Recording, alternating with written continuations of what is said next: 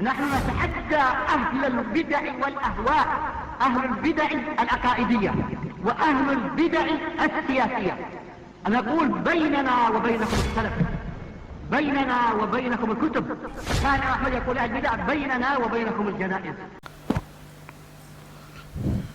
إن الحمد لله نحمده ونستعينه ونستغفره ونعوذ بالله من شرور أنفسنا ومن سيئات أعمالنا. من يهده الله فلا مضل له ومن يضلل فلا هادي له، وأشهد أن لا إله إلا الله وحده لا شريك له، وأشهد أن محمدا عبده ورسوله أرسله بالحق بشيرا ونذيرا وداعيا إلى الله بإذنه وسراجا منيرا. أما بعد فإن خير الحديث كتاب الله، وخير الهدي هدي محمد صلى الله عليه وسلم، وشر الأمور محدثاتها، وكل محدثة بدعة، وكل بدعة ضلالة، وكل ضلالة في النار. فقد قال الله تبارك وتعالى في كلامه المجيد والفرقان الحميد: فأعوذ بالله السميع العليم من الشيطان الرجيم، بسم الله الرحمن الرحيم. يا أيها الذين آمنوا اتقوا الله حق تقاته ولا تموتن إلا وأنتم مسلمون. يا أيها الناس اتقوا ربكم الذي خلقكم من نفس واحدة وخلق منها زوجها وبث منهما رجالا كثيرا ونساء، واتقوا الله الذي تساءلون به والأرحام إن الله كان عليكم رقيبا. يا أيها الذين آمنوا اتقوا الله وقولوا قولا سديدا يصلح لكم أعمالكم ويغفر لكم ذنوبكم، ومن يطع الله ورسوله فقد فاز فوزا عظيما. رب اشرح لي صدري ويسر لي أمري واحلل عقدة من لساني يفقهوا قولي. اللهم انفعني بما علمتني وعلمني ما ينفعني زدني علما. ربي زدني علما.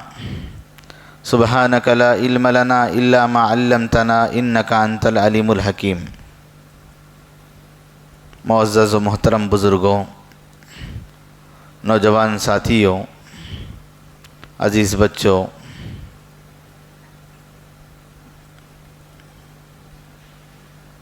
اس سے پہلے والا درس نمبر 9 میں ہم نے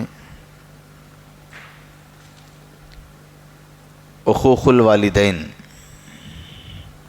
والدین کے ساتھ نافرمانی، اس کے متعلق ہم نے حدیثیں پڑھی تھی. اب جو باب ہم پڑھنے جا رہے ہیں، باب لعن اللہ من لعن والدیہ، اس شخص پر اللہ کی لعنت ہو جو اپنے والدین پر لعنت کرتا ہے.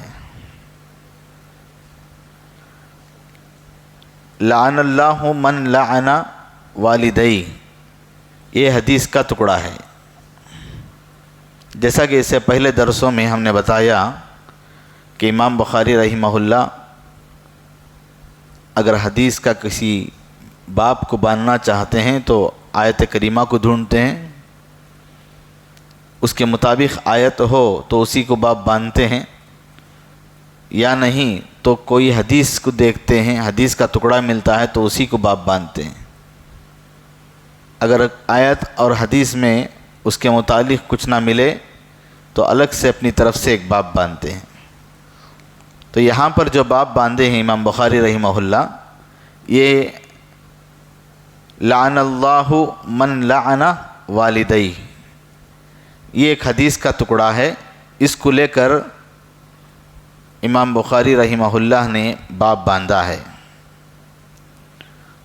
جو آدمی، جو عورت اپنے والدین پر لعنت بھیجے، اس پر اللہ کی لعنت ہے۔ کوئی بھی عورت، کوئی بھی مرد والدین میں سے کسی ایک پر یا والدین دونوں پر، ماں باپ پر لعنت بھیجتے ہیں تو ان پر اللہ کی لعنت ہوتی ہے، جو لعن طعن کرتے ہیں۔ پچھلا جو ہمارا درس نافرمانی کے تعلق سے گزرا ہے، بدسلوکی والدین کے ساتھ،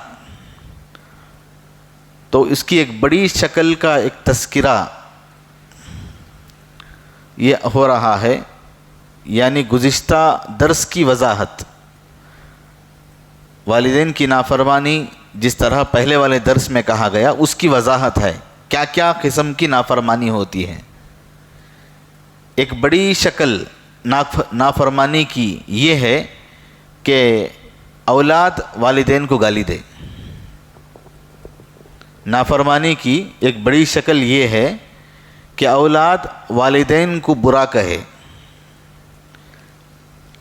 نافرمانی کی ایک بڑی شکل یہ ہے کہ اولاد اپنے والدین کے اوپر بد دعا کرے۔ یہ ایک بڑی شکل ہے نافرمانی کی۔ اسی باب کی وضاحت کے لیے امام بخاری رحمہ اللہ نے یہ باب لایا کہ من لعن والدیہ، جو آدمی، جو عورت اپنے والدین کے اوپر لعنت بھیجتے ہیں، لعن اللہ، اللہ اس کے اوپر لعنت بھیجتا ہے۔ لعنت کس کو کہتے ہیں؟ لعنت کا کیا معنی ہے؟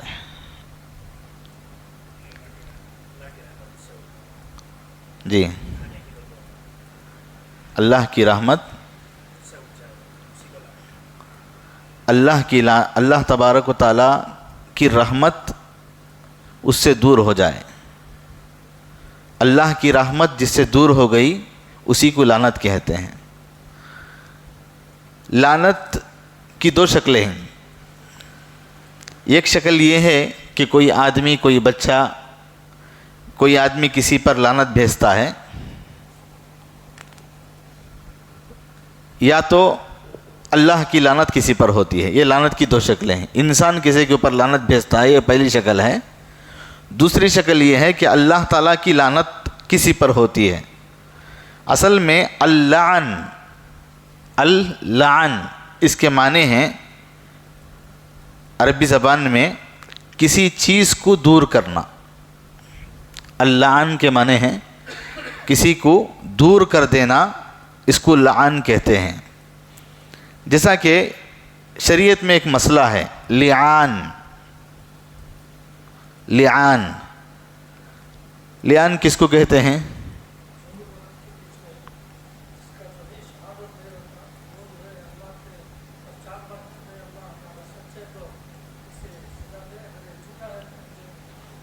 جی الحمدللہ، جزاک اللہ، بارک اللہ فیک۔ لعان کہتے ہیں کہ کوئی آدمی اپنی بیوی کے تعلق سے یہ کہے کہ یہ بیوی فلاں غلطی پر ہے، گناہ کی ہے، اور اس کے پیٹ میں جو بچہ ہے وہ میرا نہیں ہے، اور اس کے بعد اس کا کوئی گواہ نہ ہو۔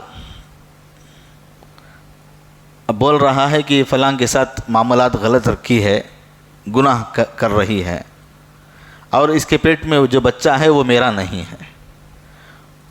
جو یہ کہہ رہا ہے اسے کہیں گے کہ گواہ پیش کرو، وہ کہے گا کہ میرے پاس کوئی گواہ نہیں ہے، تو اس وقت کہا جائے گا کہ تم قسم کھاؤ، اور قسم کھا کر اس کو چھوڑ دو، اس کو دور کر دو۔ اسی کو لعان کہتے ہیں، یعنی بیوی کو اور بچے کو دور کر دینا۔ پہلے وہ قسم کھائے گا، پھر اس کے بعد اس کی بیوی قسم کھائے گی۔ تو اس طریقے سے شریعت میں لعان یعنی شوہر اپنی بیوی اور بچے سے دور ہو جانا، ان کو دور کرنا، اسی سے لعان اور لعنت ہے۔ عام طور پر شریعت میں لعنت کہا جاتا ہے اللہ کی رحمت سے دوری. عموماً اللہ کی رحمت سے دوری اس کو لعنت کہا جاتا ہے. دنیا میں بھی اللہ کی رحمت سے دوری، آخرت میں بھی اللہ کی رحمت سے دوری. دنیا میں بھی اس پر لعنت اللہ کی، آخرت میں بھی اللہ کی لعنت اس پر. اس کو کہتے ہیں کہ دنیا میں بھی اللہ کی رحمت سے دوری ہو جائے اور آخرت میں بھی دوری ہو جائے، اسی کو لعنت کہتے ہیں. یہاں باب میں یہی کہا گیا ہے جو والدین پر لعنت بھیجے اللہ تبارک و تعالیٰ کی اس پر لعنت ہوگی، یعنی اللہ کی رحمت سے وہ دور ہو جائے گا. اس کی تفصیل اس باب میں پڑھتے ہیں. جو یہ حدیث امام بخاری رحمہ اللہ نے ابو الطفیل سے لائے ہیں، یہ ابو الطفیل تابعی ہیں اور سند کے اعتبار سے یہ حدیث صحیح ہے. یہ تابعی ابو الطفیل روایت کرتے ہیں، سئل علی، سوال کیا گیا حضرت علی رضی اللہ عنہ سے. حضرت علی سے سوال کیا گیا. کیا سوال کیا گیا؟ یہ کب کیا جا رہا ہے؟ یہ اللہ کے نبی صلی اللہ علیہ وسلم کے زمانے کے بہت دیر بعد، اللہ کے نبی صلی اللہ علیہ وسلم کے زمانے کے بعد. غالباً بعض اہل علم کا اس میں یہ قول ہے کہ حضرت علی رضی اللہ تعالیٰ عنہ کی خلافت میں یہ سوال کیا گیا. بعض نے کہا حضرت علی رضی اللہ تعالیٰ عنہ کی خلافت سے پہلے ہی نبی صلی اللہ علیہ وسلم کے دور کے بعد، بہت بعد میں حضرت علی سے سوال کیا گیا. کیا سوال کیا گیا؟ حل خصکم النبی بشیء، ان سے پوچھا گیا حل خصکم النبی بشیء لم یخص بہ الناس کافہ. حضرت علی سے پوچھا گیا کہ کیا اللہ کے نبی صلی اللہ علیہ وسلم کی جانب سے آپ کو کوئی خاص علم دیا گیا ہے جو دوسرے لوگوں کو وہ علم نہیں دیا گیا؟ یعنی آپ کو کوئی نبی صلی اللہ علیہ وسلم کوئی ایسی خاص باتیں، ایسی چنندہ باتیں بتائے ہیں جو عام لوگوں کو نہیں بتائے ہیں. ان سے پوچھا گیا. یہ ایسے سوالات، ایسی باتیں کیوں ہوتی تھی؟ عبداللہ بن سبا وغیرہ نے یہ بات مشہور کر دی تھی کہ اللہ کے نبی صلی اللہ علیہ وسلم نے کچھ خاص باتیں علی کو بتائی ہیں. خاص باتیں، دین کی خاص باتیں، حالانکہ نبی صلی اللہ علیہ وسلم نے کبھی ایسی خیانت نہیں کی. جو بھی باتیں ہوتی وہ واضح طور پر بتا دیتے. جو بھی اللہ کے احکام آتے اسے کھول کھول کر لوگوں کو بتاتے، کوئی بات نہیں چھپائی. اللہ کے نبی صلی اللہ علیہ وسلم نے صحابہ سے وعدہ بھی لیا، بتاؤ اے میرے صحابہ، اللہ تبارک و تعالیٰ کی جتنے احکام میرے اوپر نازل ہوئے کیا میں نے آپ کو پورا نہیں بتا دیا؟ تو تمام صحابہ نے شہادت دی، کہا اے اللہ کے رسول ہم گواہ ہیں کہ آپ اللہ تبارک و تعالیٰ کے تمام احکام کو ہمارے طرف امانت کے ساتھ پہنچا دیا ہے. اللہ کے نبی نے کہا اے اللہ تو گواہ رہنا، اے اللہ تو گواہ رہنا، میری امت نے میرے بارے میں گواہی دے دی ہے کہ جتنے احکام تو نے میرے اوپر نازل کیا ہے وہ سارے کے سارے میں نے لوگوں کو بتا دیا. اب یہاں عبداللہ بن سبا وغیرہ نے یہ بات مشہور کر دی کہ اللہ کے نبی صلی اللہ علیہ وسلم نے کچھ خاص باتیں حضرت علی رضی اللہ تعالیٰ عنہ کو بتایا اور ان کے گھر والوں کو بتایا، اہل بیت کو بتا دیا ہے. یہ باتیں عام لوگوں کو نہیں بتائی ہیں. یہی بات ہے کہ آج کے جو شیعہ کے لوگ ہیں اور وہ لوگ تو یہی کہتے ہیں اصل علم تو اللہ کے نبی کے بعد سیدھے حضرت علی کے پاس آیا. اصل علم اللہ کے نبی کے بعد سیدھے حضرت علی کو آیا تھا. ایک اور حدیث انہوں نے گھڑا ہے جبکہ یہ حدیث نہیں ہے، ہرگز حدیث نہیں ہے. اہل علم نے لکھا ہے انا مدینۃ العلم وعلی بابوہا. شیعہ کہتے ہیں کہ اللہ کے نبی صلی اللہ علیہ وسلم نے فرمایا انا مدینۃ العلم، میں اصل میں ہی علم کا شہر ہوں اور حضرت علی اس کا دروازہ ہے. یہ حدیث نہیں ہے، بالکل انہوں نے گھڑا ہے. اور من گھڑت باتیں انہوں نے بتائی ہیں، اس کو گھڑا ہے۔ یہ بات مشہور ہوئی تھی جب کہ صاحب معاملہ سامنے تھے حضرت علی رضی اللہ تعالیٰ عنہ، تو وہاں پر لوگوں نے پوچھ لیا۔ کسی بھی دنیا کے معاملے میں ایک قاعدہ یاد رکھیے کہ میرے بارے میں لوگ کچھ کہہ رہے ہیں، میں سامنے آ جاؤں، میں صاحب معاملہ ہوں، اس معاملے کے بارے میں مجھے ڈائریکٹ پوچھ لیجیے، چاہے اچھا معاملہ ہو چاہے برا معاملہ ہو، چاہے بات اچھی ہو چاہے بات بری ہو۔ انسانوں کو چاہیے کہ جب صاحب معاملہ سامنے آ جائے تو اس سے پوچھ لینا چاہیے کہ فلاں لوگوں نے آپ کے متعلق یہ باتیں کہی ہیں، کیا یہ باتیں صحیح ہیں؟ ان سے پوچھ لینا چاہیے۔ جبکہ لوگ کیا کرتے ہیں، صاحب معاملہ جب سامنے ہوتے ہیں تب بھی ان سے نہیں پوچھتے کہ ہم نے آپ کے تعلق سے سنا ہے، بلکہ جو باتیں سنی ہیں اس کو اور مرچ مسالہ لگا کر کے دوسروں کو بتانا شروع کر دیتے ہیں۔ جب وہاں پر انہوں نے سنا تو حضرت علی رضی اللہ تعالیٰ جب صاحب معاملہ سامنے تھے تو لوگوں نے حضرت علی سے پوچھا، هل خصکم النبی بشیء لم یخص بہ الناس کافہ، اے علی بتاؤ اللہ کے نبی صلی اللہ علیہ وسلم نے کیا کچھ خاص باتیں آپ کو بتائی ہیں جو عام لوگوں کو وہ باتیں نہیں بتائی؟ یعنی اس کا مطلب یہ ہے کہ اللہ کے نبی نے لوگوں سے چند باتیں چھپا کر آپ کو بتائی ہیں۔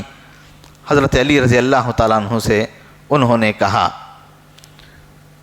تو حضرت علی رضی اللہ تعالیٰ عنہ نے ان سے کہا، خالہ ما خصنا رسول اللہ صلی اللہ علیہ وسلم بشیء لم یخص بہ الناس، نہیں، ہرگز نہیں، کہ اللہ کے نبی صلی اللہ علیہ وسلم نے کوئی خاص بات ہم کو نہیں بتائی ہے، نہ ہمارے گھر والوں کو بتائی ہے۔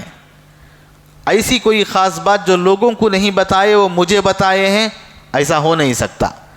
حضرت علی رضی اللہ تعالیٰ عنہ نے کہا یہ کہتے ہوئے، الا ما فی خراب سیفی، البتہ ایک تحریر، ایک کتابچہ یا ایک ورقہ میرے تلوار کے نیام ہوتا ہے، جو اس کا دستہ ہوتا ہے تلوار رکھنے کا، اس تھیلی میں ایک ورق ہے،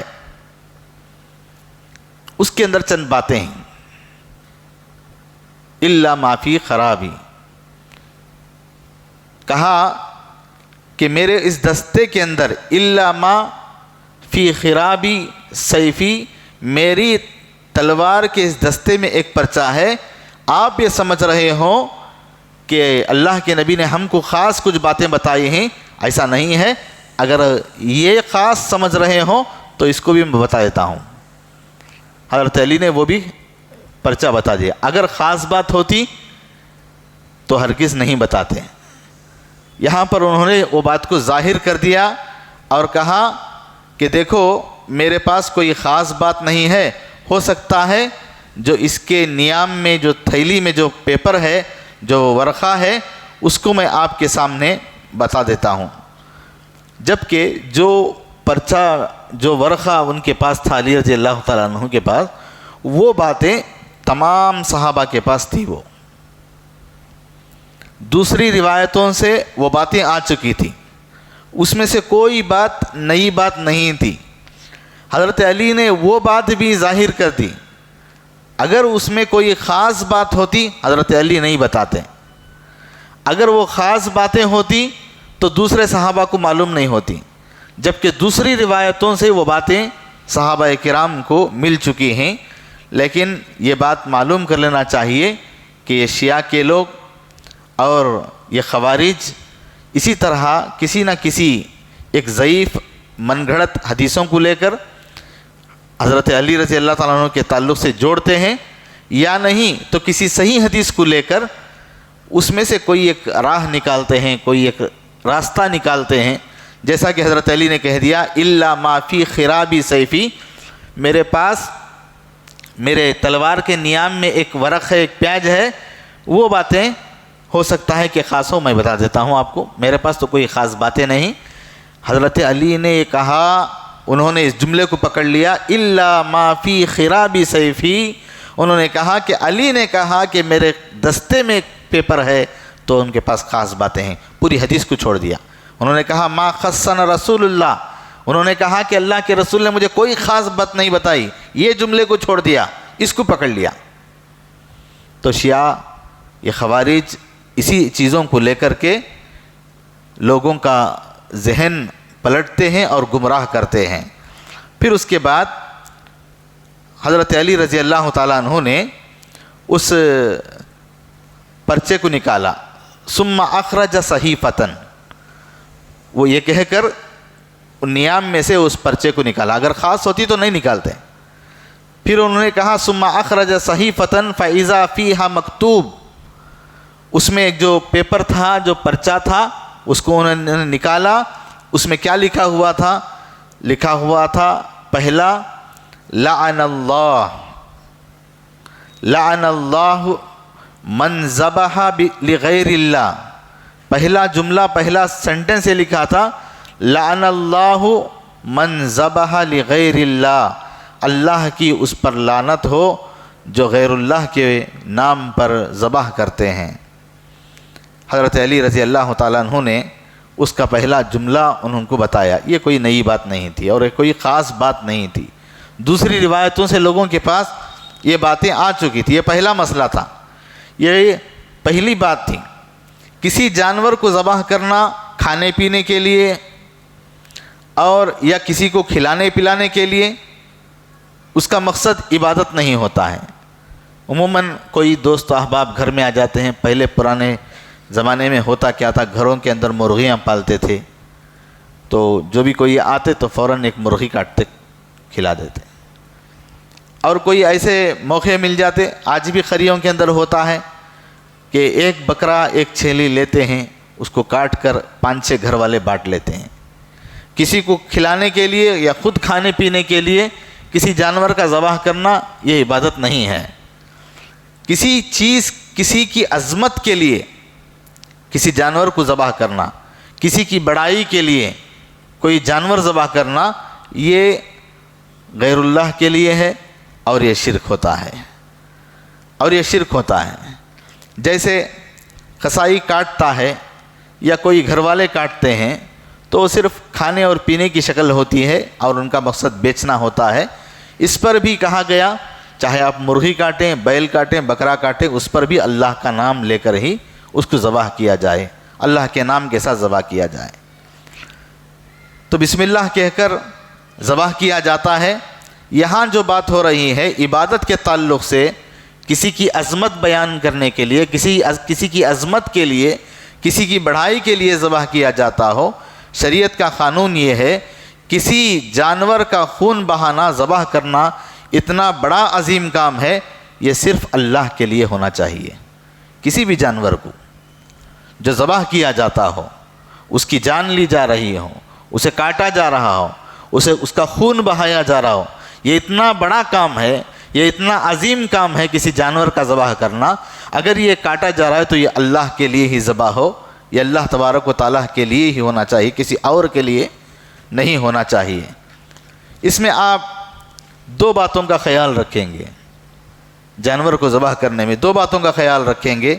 ایک آدمی ہے اللہ ہی کے لیے ذبح کرتا ہے، اللہ ہی کا نام لیتا ہے، اللہ ہی کے لیے ذبح کرتا ہے اور اللہ ہی کا نام لیتا ہے، بسم اللہ کہہ کر ذبح کرتا ہے، یہ خالص اللہ کے لیے ہے اور یہ بڑی جلیل القدر عبادت ہے۔ جو اللہ کا نام لے کر ذبح کرے، جو صرف اللہ کے لیے ذبح کرے، یہ بڑی جلیل القدر عبادت ہے۔ اور جیسا کہ عید الاضحیٰ کے وقت میں لوگ ذبح کرتے ہیں اللہ کا نام لے کر اور صرف یہ اللہ کے لیے ذبح کرتے ہیں، انجام دیتے ہیں، یہ بڑی جلیل القدر عبادت ہوتی ہے۔ یہ پہلی شکل ہے۔ دوسری شکل یہ ہے کہ ایک آدمی ایک دم اس کا الٹا کر رہا ہے، اس کا الٹا غیر اللہ کے لیے ذبح کر رہا، اللہ کے لیے نہیں، غیر اللہ کے لیے ذبح کر رہا ہے اور غیر اللہ کا نام لے کر ذبح کر رہا ہے۔ جیسا کہ شیخ عبد القادر جیلانی کے نام سے بکرا ذبح کرنا، گائیں ذبح کرنا، مرغی ذبح کرنا، کسی جانور کا ذبح کرنا، غیر اللہ کے نام سے ذبح کرنا اور غیر اللہ کے لیے ذبح کرنا۔ جیسے بعض لوگ مسلمانوں میں پیر، فقیر، ولیوں کے نام سے ذبح کرتے ہیں، اور غیر مسلموں کے اندر کفار کے نزدیک وہ لوگ بتوں کے نام پر جانوروں کو چڑھاتے ہیں، کاٹتے ہیں۔ تو یہ ایک دم الٹا ہے۔ پہلی شکل جو عبادت کے جلیل القدر عبادت ہے، وہ اللہ کا نام لے کر اللہ ہی کے لیے خاص عبادت کرتے ہیں، عبادت کے لیے ذبح کرتے ہیں۔ دوسری شکل ایک دم اس کی الٹا ہے کہ وہ صرف غیر اللہ کے لیے ذبح کیا جاتا ہے اور غیر اللہ کا نام لیا جاتا ہے، اور ان کی تعظیم، ان کی عظمت، ان کی بڑائی کے لیے ذبح کیا جاتا ہے۔ یہ عین شرک ہے، یہ کھلا شرک ہے، ایک دم عین شرک ہے اور کھلا شرک ہے۔ اور تیسری شکل یہ ہے کہ جس کو سمجھنا بہت ضروری ہے، سمجھنا چاہیے، لیکن بہت سارے لوگ نہیں سمجھتے ہیں۔ ذبح کرتے وقت اللہ کا نام لیتے ہیں، ذبح کرتے وقت اللہ کا نام لیتے ہیں، بسم اللہ کہہ کر ذبح کرتے ہیں، لیکن ذبح جو کر رہے ہیں وہ کسی کی بڑائی اور کسی کی عظمت کے لیے ذبح کرتے ہیں۔ کہتے کیا ہے؟ نہیں، ہم نے تو اللہ کا نام لے کر ذبح کیا، بسم اللہ بول کر ذبح کیا ہے۔ کیوں ذبح کیا ہے؟ آپ نے کسی کی عظمت اور کسی کی بڑائی کے لیے ذبح کیا ہے، تو یہ شکل شریعت کے اندر ناجائز ہے اور حرام ہے، یہ نہیں ہونا چاہیے۔ نام اللہ کا ہے، جانور غیر اللہ کے لیے ہے، تو یہ شکل جائز نہیں ہے۔ بعض ایصال ثواب کے لیے، والدین کے لیے ہو یا بچوں کے لیے ہو، کسی کی جانب سے جو جانور ذبح کرتے ہیں، یہ فقہی مسئلہ ہے، ایک الگ مسئلہ ہے۔ لیکن یہاں پر جو بات ہو رہی ہے وہ غیر اللہ کے لیے کسی غیر اللہ کے نام سے ذبح کرنا، اللہ کا نام لے کر ہی، لیکن ان کی عظمت، ان کی بڑائی کے لیے جانور کو ذبح کرنا، یہ ان کی عظمت کے لیے کرنا، یہ عین شرک ہے، یہ کھلا شرک ہے۔ کل ملا کے تمام باتوں کا خلاصہ یہ ہے کہ اگر آدمی کھانے پینے کے لیے بھی جو جانور ذبح کرے تو اس کو بھی اللہ کا نام لے کر ہی ذبح کرے، اور اگر غیر اللہ کے نام پر ذبح کرتا ہے تو اس پر اللہ کی لعنت ہوتی ہے، اللہ کی لعنت ہوتی ہے۔ جس حدیث میں کہا گیا لعن اللہ من ذبح لغیر اللہ، اللہ کی لعنت ہے اس پر جو غیر اللہ کے نام پر ذبح کرتا ہے، غیر اللہ کے لیے ذبح کرتا ہے، اس پر اللہ کی لعنت ہو، یعنی اللہ کی اس پر کبھی رحمت نہ ہو، اللہ کی رحمت اس سے دور ہو جائے، یہ اس کے لیے ہے۔ پھر اس کے بعد ایک آدمی یہ سمجھتا ہے کہ میں فلاں پیر یا ولی یا آستانے یا بت کے لیے ذبح کر کے میں ان سے قریب ہونا چاہتا ہوں، چاہے نبی کے تعلق سے ہو، چاہے ولی کے تعلق سے ہو، چاہے کسی پیر کے تعلق سے ہو، چاہے کسی فقیر کے تعلق سے ہو، چاہے کسی آستانے کے تعلق سے ہو، کیا چاہے کوئی بت کے تعلق سے ہو، جو یہ اپنے دل میں یہ سوچ کر رکھا ہے کہ میں یہ ذبح کروں گا ان کے نام سے تو میں ان کے قریب ہو جاؤں گا، یہ عقیدت ہوتی ہے۔ وہ آدمی تو اس سے قریب ہونے کے لیے تو ذبح کر رہا ہے۔ شریعت کا اصول یہ ہے کہ جس آدمی کی بڑائی اور عزت کے لیے، عظمت کے لیے تم جانور کو ذبح کر رہے ہو اور اس سے قریب ہونے کے لیے کر رہے ہو، اللہ سے تم دور ہو جاؤ گے، اللہ سے دور ہو جاؤ گے۔ ولی پیر فقیر کے نزدیک تم تو قریب ہو جاؤ گے، لیکن اللہ سے دور ہو جاؤ گے، اللہ کی رحمت اس سے دور ہو جائے گی۔ یہی اس کا معنی ہے۔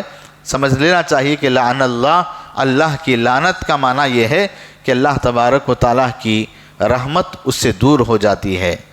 دوسرا جو جملہ حضرت علی رضی اللہ تعالیٰ عنہ نے کہا، ان کے جو نیام میں تھا، ان کے پاس پیپر میں پیج میں لکھا ہوا تھا، لعن اللہ من سرق منار الارض،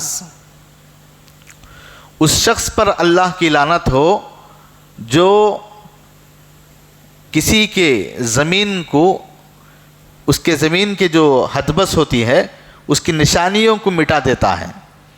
عموماً کیا ہوتا ہے، یہ 30-40 کی سائڈ یہ آپ کی ہوتی ہے، بازو میں میری سائڈ ہوتی ہے، آدمی زیادہ آدھی سائڈ نہیں ہڑپ لیتا، عموماً کرتا کیا ہے، آدھا اڑی ایک اڑی پکڑ لیتا ہے، آدھا اڑی ایک اڑی پکڑ لیتا ہے۔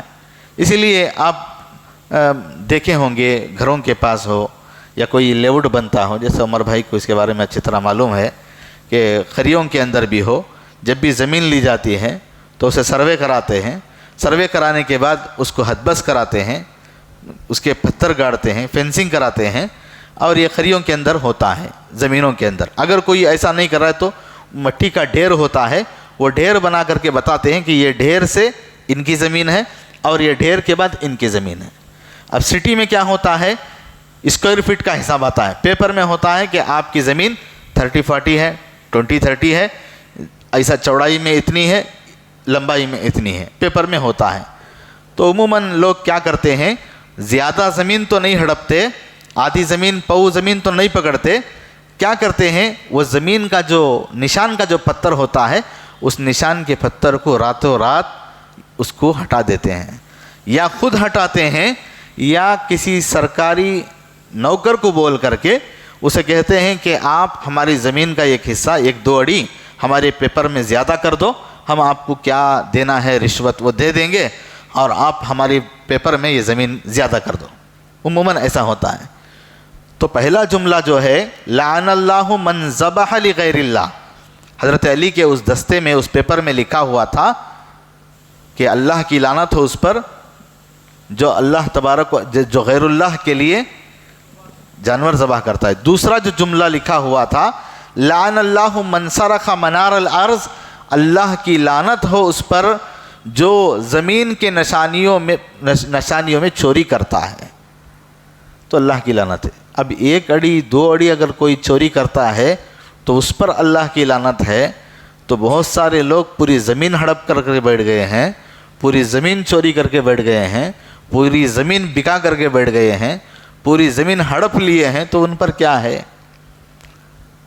تو یہ بڑی سوچنے کی بات ہے، بڑی عمدہ باتیں ہیں، بڑی اچھی باتیں ہیں، جو آدمی حد بس کو، حد بندی کو مٹانا چاہتا ہے، جسے منار الارض زمین کی نشانیوں کو مٹانا کہتے ہیں۔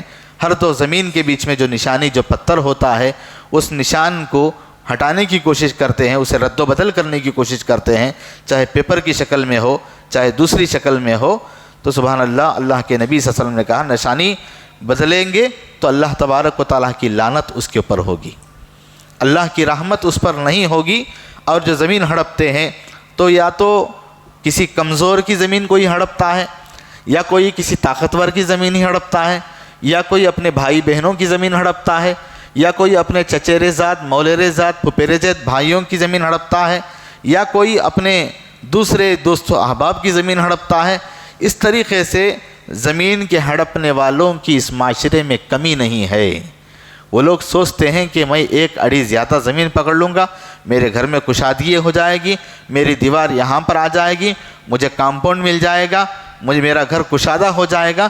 لیکن اللہ کے نبی صلی اللہ علیہ وسلم نے کہا کہ اسے کل قیامت کے دن اللہ تبارک و تعالیٰ، اللہ کے نبی نے فرمایا کہ اگر کوئی آدمی اپنے مسلمان بھائی کی بغیر حق کے 1 بالشت 1 اڑی بھی اگر کوئی زمین پکڑ لیتا ہے، ہڑپ لیتا ہے، تو کل قیامت کے دن اللہ تبارک و تعالیٰ اس 1 بالشت زمین کے بدلے میں 7 زمین جو 1 بالشت ہے اس کا توخ بنا کر، اس کا ہار پہنا کر اللہ تبارک و تعالیٰ اسے کل قیامت کے دن لا کر ٹھہرائے گا۔ اللہ اکبر۔ اب صرف 1 اڑی پکڑ لینے کی وجہ سے، 1 اڑی ہڑپ لینے کی وجہ سے اسے 7 زمین، جیسے 7 آسمان ہیں اس طرح زمین بھی 7 ہیں، اور 1 زمین کا اس نے 1 اڑی ہڑپ لیا ہے، تو زمین کتنی بڑی ہے، کتنی گہرائی تک ہے، پہلی زمین کہاں تک ہے، دوسری زمین کہاں تک ہے، تیسری زمین کہاں تک ہے، اسی طرح 7 زمین کہاں تک ہے، اتنا بڑا اسے ہار پہنا کر اللہ اس کے گردن میں ڈال کر قیامت کے دن کل لائے گا۔ یہ صرف ایک عذاب کی شکل بتائی گئی ہے۔ اب حساب و کتاب ہونے کے بعد اب دوسرا معاملہ ہے کہ اللہ تعالیٰ اسے جہنم میں کون سا عذاب دیں گے۔ تو اللہ کے نبی نے فرمایا لعن اللہ، اللہ کی لعنت ہو من سرق منار الارض، جو زمین کے نشانیوں کو مٹاتا ہے۔ یہ مکمل سزا نہیں ہے، یہ سزا مکمل نہیں ہے، اس کے گلے میں توق ڈال کر کے جو بلایا جاتا ہے، یہ مکمل سزا نہیں ہے۔ اب تیسرا جو جملہ اس صحیفے میں لکھا ہوا تھا وہ ہے لعن اللہ من لعن والدی، جو ہمارے اس باب سے مطابق ہے، اور ہمارا جو یہاں پر آج جو درس چل رہا ہے، والدین کے ساتھ جو لعنت کرتے ہیں ان کے اوپر اللہ کی لعنت ہے۔ اب اصل بات پر یہاں پر آ رہے ہیں۔ 2 جملے پہلے انہوں نے کہا، ایک پہلا جملہ اللہ کی لعنت اس پر جو غیر اللہ کے لیے جانور ذبح کرتا ہے، اور پھر دوسرا جملہ کہا لعنت اس پر جو زمین کی نشانیوں میں چوری کرتا ہے، پھر تیسرا حضرت علی رضی اللہ تعالیٰ عنہ نے اپنے اس جو پیپر میں صحیفے میں لکھا ہوا تھا اس کو نکالا، کہا لعن اللہ من لعن والدی، اللہ کی لعنت ہو اس پر جو اپنے والدین پر لعنت بھیجتا ہے۔ والدین کی بدسلوکی کی انتہائی گئی گزری شکل ہے یہ، جو سب سے زیادہ بدسلوکی اس میں نظر آتی ہے کہ کوئی بچہ اپنے والدین کو گالیاں دیتا ہوا ٹھہرا ہو، کوئی بچہ اپنے والدین کو برا بلا کہتے ہوئے ٹھہرا ہو، کوئی بچہ اپنے والدین کو بددعا کرتے ہوئے ٹھہرا ہو۔ یہ انتہائی گئی گزری بدسلوکی کی شکل ہے کہ آدمی اپنے والدین کو گالیاں دے، زبان درازی کرے، اور جو لعنت کی تعریف میں جو داخل ہے یعنی اللہ تبارک و تعالیٰ کی اس کے لیے رحمت اس سے دور ہو جاتی ہے۔ جو بچے، جو اولاد اپنے والدین کے اوپر لعنت بھیجتے ہیں، آپ اس کے تعلق سے اگر مزید باتیں دیکھنا چاہیں تو یہ کہہ سکتے ہیں کہ والدین کے لیے جو بددعا کرتے ہیں، گالیاں وغیرہ دیتے ہیں، شریعت کی نظر میں یہ بہت بڑا گناہ ہے۔ والدین کو گالیاں دینا، والدین کو بددعا کرنا، والدین کو لعن طعن کرنا، والدین کو برا کہنا، یہ شریعت کی نظر میں بہت بڑا گناہ ہے۔ اتنا بڑا گناہ ہے، پتہ نہیں کہ جو بددعا کے الفاظ تم ادا کر رہے ہو وہ ان کے حق میں قبول ہوں گے کہ نہیں ہوں گے۔ اتنا ضرور ہے کہ اللہ تبارک و تعالیٰ کی لعنت تمہارے پر ضرور آئے گی۔ جو بددعا والدین کے لیے کر رہے ہو، ضروری نہیں کہ وہ قبول ہو کہ نہ ہو، لیکن اللہ تعالیٰ کی لعنت تمہارے پر ضرور آئے گی۔ یہ تو اللہ تبارک و تعالیٰ کی جانب سے ہے، اللہ تبارک و تعالیٰ کی لعنت ان کے اوپر ضرور آئے گی۔ اس کا مطلب یہ ہوا تمہیں حق نہیں کہ تم اپنے والدین کے اوپر لعنت بھیجو، تمہیں حق نہیں، اولاد کو حق نہیں کہ وہ اپنے والدین کے اوپر لعنت بھیجے، بلکہ اگر دیکھا جائے تو اللہ تبارک و تعالیٰ کی لعنت ان کے اوپر ہو جاتی ہے۔ یہاں ایک اور نازک مسئلہ یہ ہے کہ لعنت جو ضروری نہیں کہ زبانی ہو، کوئی اپنے والدین کے اوپر لعن طعن کر رہا ہو، لعنت کر رہا ہو، یہ زبانی ہو، یہ ضروری نہیں۔ یہ ایک ضروری ایک لعنت کا معنی اور مفہوم یہ ہے کہ بچے اپنے والدین کو دور کر دیتے ہیں، بچے اپنے والدین کو دور کر دیتے ہیں۔ اس میں ایک بات یہ ہے کہ کیا وہ بچوں کی بھی اس میں شکل آتی ہے جو بچے اپنے والدین کو الگ رکھتے ہیں اور اپنی بیوی کے ساتھ الگ رہتے ہیں۔ شریعت نے تو یہ اجازت دی ہے کہ والدین کو اگر والدین اور بیوی کا معاملہ نہیں جم رہا ہے تو یہ شریعت میں اجازت ہے کہ بچہ اپنے والدین کو الگ گھر میں رکھے اور اپنی بیوی کو الگ گھر میں رکھے، یہ شکل تو جائز ہے۔ لیکن اہل علم کہتے ہیں جو آدمی اپنے والدین کو دور کر دے، یعنی ایسا جیسا کہ آج جو ویسٹرن کلچر ہے، old age home, 4 lakh 5 lakh روپے ہم دے دیں گے اس ٹرسٹ کے نام پر کہ وہ ہمارے والدین کی دیکھ بھال کریں، ان کو کھلائیں، ان کو پلائیں، جبکہ والدین کو اپنے بچوں کی اس وقت خاص ضرورت ہوتی ہے کہ بچہ مجھے پوچھے، بچہ مجھے کھلائے، میرے بچے مجھے آ کر دیکھ بھال کریں، میرے بچے مجھ سے کچھ لمحے کچھ سیکنڈ میرے ساتھ بیٹھیں۔ لیکن بچے کیا کرتے ہیں کہ ان کو اولڈ ایج ہوم میں لے جا کر کے ڈال دیتے ہیں، ان کو دور کرتے ہیں۔ تو ایک شکل یہ ایسی ہے کہ ایک تو لعنت زبان سے ہوتی ہے، اور ایک لعنت کا مفہوم یہ ہے کہ ان کو دور کرنے کا معاملہ، یعنی ان کو جا کر دیکھنا نہیں، اپنے کاموں میں مصروف ہو جانا اور اپنے آپ میں بزی ہو جانا۔ مہینے ہو گئے، 2 مہینے ہو گئے، 3 مہینے ہو گئے، 6 مہینے ہو گئے، والدین سے سلام تک نہیں، کلام تک نہیں، ان کے گھر نہیں گئے، ان کو پوچھے نہیں، تو یہ ایک لعنت کی یہ بھی ایک شکل ہے کہ والدین کو دور کر دینا، ان کو پوچھنا ہی نہیں، ان کے کسی بھی معاملے میں دخل نہ دینا۔ تو اس طریقے سے انسان جو ہے یہ اس کا اللہ تبارک و تعالیٰ کی رحمت سے دور ہونے کا ایک ذریعہ ہو جاتا ہے۔ اس سے بہت زیادہ بچنا چاہیے۔ لعنت کے مستحق ہو جاتے ہیں وہ اولاد، وہ بچے جو اپنے والدین کو دور کر دیتے ہیں، ان سے ملاقات رکھنے کا کچھ شوق نہیں ہوتا ان کو۔ اب اس حدیث کا جو آخری ٹکڑا ہے جو حضرت علی رضی اللہ تعالیٰ عنہ نے کہا، لعن اللہ من آوى محدثا، حضرت علی رضی اللہ تعالیٰ عنہ نے کہا کہ اس شخص پر اللہ کی لعنت ہو جو بدعتی کو پناہ دے۔ بدعتی کو جو پناہ دے اس پر اللہ کی لعنت ہو۔ یہاں پر حدیثوں کے اندر محدثہ دال کے کسرے کے ساتھ آیا ہے، زیر کے ساتھ آیا ہے، اور بعض جگہ پر دال کے اوپر فتح زبر آیا ہے، محدثہ، کل محدثۃ بدعہ وکل بدعۃ ضلالہ وکل ضلالۃ فی النار۔ اس طریقے سے محدث کا معنی ایک زائد معنی یہ بھی ہے کہ کسی بھی حادثے کو جنم دینے والا آدمی، چاہے وہ انفرادی شکل ہو چاہے وہ اجتماعی شکل ہو، کوئی آدمی کسی حادثے کو جنم دیتا ہو۔ یہ انفرادی شکل کیا ہے؟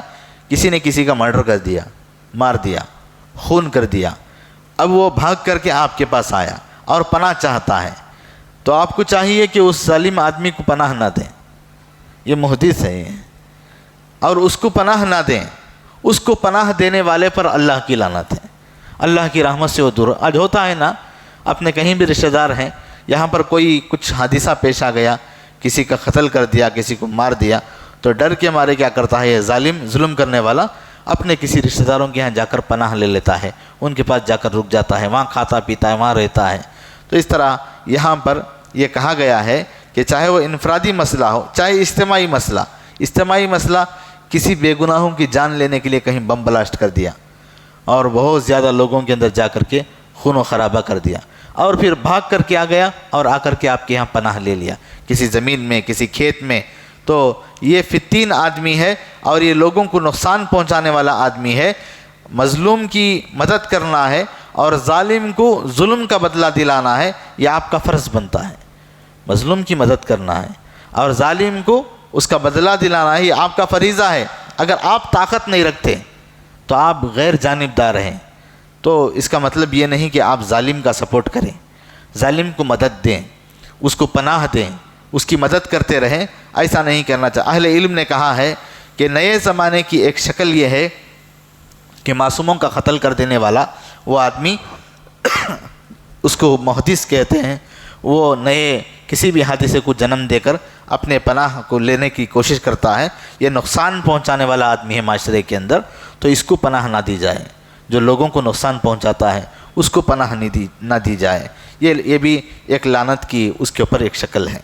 دوسرا یہ کہ معنی یہ ہے کہ محدث کا دوسرا معنی جو آدمی بدعتیوں کو اور بدعتیوں کے رواج کو اور بدعتی کو پناہ دے، ایسے آدمی پر بھی اللہ کی لعنت ہے۔ جو بدعتی کو پناہ دیتا ہے، جو آدمی بدعتوں کو رواج دے رہا ہے، ایسے بدعتی کو اگر کوئی پناہ دیتا ہے، بہت سارے لوگ کہتے ہیں یہ بھی بدعت نہیں ہے، اہل علم نے کہا کہ یہ بدعت نہیں ہے، کہتے ہیں یہ کہاں بدعت ہے، آپ یہ اس کو بدعت بول رہے ہیں، اس کو بدعت، کسی چیز کو بدعت ماننے کے لیے وہ تیار ہی نہیں ہوتے۔ جو بدعتی کہیں وہ بدعت کو ماننے کے لیے تیار ہی نہیں ہوتے، تو اہل علم نے کہا ہے کہ ایسے بدعتیوں کو جو بدعت کو رواج دیتے ہیں اور ایسے رواج دینے والوں کو کبھی پناہ نہ دیں۔ اللہ کے نبی صلی اللہ علیہ وسلم نے کہا کل بدعۃ ضلالہ ایاکم محدثات الامور، ہر چیز کو جو نئی دین کے اندر جو ایجاد کرتے ہیں، رواج دیتے ہیں، اپنی طرف سے ایجاد کرتے ہیں یا ایجاد کیے ہوئے چیزوں کو وہ حفاظت سے وہ بدعت کو ہر سال مناتے رہتے ہیں۔ جب بھی کوئی بدعات جنم لیتی ہو تو فوراً جو اسے ٹوکتا ہے اس کے ساتھ اللہ کی رحمت ہوتی ہے۔ جو بھی کوئی بدعت ہوتی ہے اس کو روکتا ہے، اس کو علل اعلان کہتا ہے نہیں یہ بدعت ہے، چاہے وہ کتنے لوگوں میں ہو، چاہے علم والوں میں ہو، وہ کہہ رہا ہے کہ نہیں یہ بدعت ہے، یہ بدعت ہے، اس کو روکنا چاہیے، تو اللہ کی رحمت کا وہ مستحق ہوتا ہے۔ کیوں؟ اس لیے کہ اللہ کے نبی صلی اللہ علیہ وسلم نے کہا ہے نا، اگر بدعت ایسے برے کام جہاں پر بھی ہوتے ہیں تو آپ کا یہ فریضہ 3 شکلیں بتائی ہیں، آپ کو چاہیے کہ ہاتھ سے روکیں۔ بدعت ہو رہی ہاتھ سے روکیں، اگر نہیں آپ ہاتھ سے نہیں روک سکتے زبان سے روکیں، زبان سے بھی نہیں روکتے کم از کم دل میں تو برا جانیں، ایسا نہیں کہ ہم تو نہیں کر رہے ہیں بدعت، یہ کر رہے ہیں، تو ان کو بلائیں، کھلائیں، پلائیں، ان کی شادی بیاہ میں جائیں، ان کے اچھے کاموں میں جائیں، ان کے ساتھ پھریں، ان کے ساتھ گاڑیوں میں پھریں، ان کے ساتھ رہیں، ان کے ساتھ مزے لیں، اور پھر ایسے بدعتی کو جو بدعتوں کو رواج دیتا ہے اس کو پناہ دینا، اس کی مدد کرنا، اس کے اوپر بھی اللہ کی لعنت ہوتی ہے۔ تو ایسے ان چیزوں سے بچنا چاہیے۔ جو میں نے کہا کہ محدث، دال کو فتح، یہاں تو کسرہ کے ساتھ پیش کیا، دال کو فتح کے ساتھ آتا ہے تو بدعت کو پناہ دینا، یہ بدعتیوں کو پناہ دینا ہے۔ اگر کثرے کے ساتھ آتا ہے تو بدعت کو پناہ دینا ہے۔ بدعت کو پناہ دینے سے مراد یہ ہے کہ معاشرے میں بدعت کا جو وجود ہے اس کو بدلنے کے لیے انسان کوشش کرے، ہمیشہ یہ کوشش کرتا رہے کہ ہم اس بدعت کو دور کرنے کی کوشش کریں گے، اور جتنا چاہے وہ کوشش میں کامیاب ہونا چاہیے۔ اب ایسا اس کا مطلب یہ نہیں کہ ہمارے کوئی رشتہ دار ہو، چاہے ہمارا سسرالی رشتہ ہو یا کوئی ہمارا اپنے خاندان کا رشتہ ہو، اس میں کوئی بدعتی ہے تو اس کے پاس بات نہیں کرنا، اس کے گھر نہیں جانا، اس کی عیادت نہیں کرنا، ایسا اس کا یہ مطلب نہیں ہے۔ یہی آپ کو ایک دروازہ ہے داخل ہونے کے لیے۔ جائیں، جب وہ بیمار ہوتے ہیں ان کی عیادت کریں، اور ان کے اوپر کوئی مصیبت کا پہاڑ ٹوٹتا ہے تو ان کو تسلی دیں، اور اس وقت آپ کو یہ راستہ ملتا ہے دعوت کا، آپ کہیں کہ یہ فلاں بدعت ہے، یہ فلاں بدعت ہے، یہ فلاں بدعت ہے۔ اللہ کی لعنت ہوتی ہے اس آدمی پر جو بدعت کے کام کرتا ہے، اللہ کی لعنت ہوتی ہے اس آدمی پر جو بدعات کو رواج دیتا ہے، اللہ کی لعنت ہوتی ہے اس آدمی پر جو بدعاتیوں کو پناہ دیتا ہے۔ تو یہ چیزیں کھول کھول کر بیان کرنے کی ضرورت ہوتی ہے۔ تو ہمارے آج کے اس درس کو ہم بس کرتے ہیں، ہم اس بات پر کہ اس باب میں امام بخاری رحمہ اللہ نے جو باب لایا، لعن اللہ من لعن والدی، اس شخص پر اللہ کی لعنت ہے جو اپنے والدین کے اوپر لعنت بھیجتا ہے۔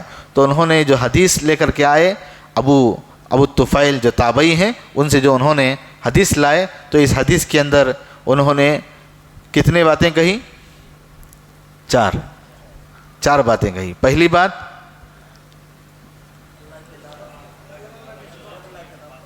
اللہ کی لعنت ہو اس پر جو غیر اللہ کے نام پر ذبح کرتے ہوں۔ دوسری بات، جی، جو ناجائز طور پر ناحق جو ہے کسی کی زمین کی نشانیوں کو چوری کرتا ہے۔ تیسرا،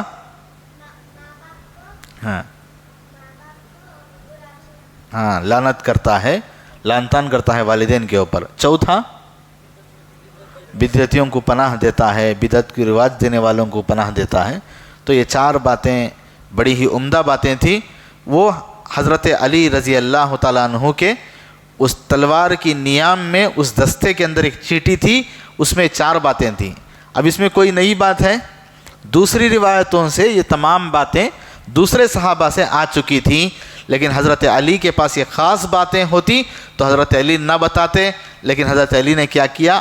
اگر تم سمجھ رہے ہو کہ میری نیام میں، میری تھیلی میں جو ہے وہ خاص ہے تو میں اس کو بتا دیتا ہوں۔ میرے پاس ما خصنا رسول اللہ صلی اللہ علیہ وسلم بشیء، اللہ کے رسول صلی اللہ علیہ وسلم نے کوئی چیز ہمارے لیے خاص باتیں اور ہمارے لیے، ہمارے گھر والوں کے لیے نہیں بتائی ہیں۔ جو چیزیں آپ کو بتائی ہیں وہی چیزیں ہم کو بتائی ہیں، جو ہم کو چیزیں بتائی ہیں وہی چیزیں آپ کو بتائیں۔ اللہ کے رسول نے ہم کو کوئی خاص بات نہیں بتائی۔ یہاں پر یہ حدیث پیش کیا گیا ہے۔ دعا ہے رب العالمین سے اللہ تبارک و تعالی ہم تمام کو والدین کے ساتھ اچھا سلوک کرنے کی توفیق عطا فرمائے۔ اللہ تعالیٰ لعن طعن کرنے سے اللہ ہماری حفاظت فرمائے۔ اللہ تعالیٰ جب تک باقی رکھے ان تمام آداب کو ہم سیکھنے کی توفیق عطا فرمائے، آمین۔ فاعلم انه لا اله الا الله واستغفر لذنبك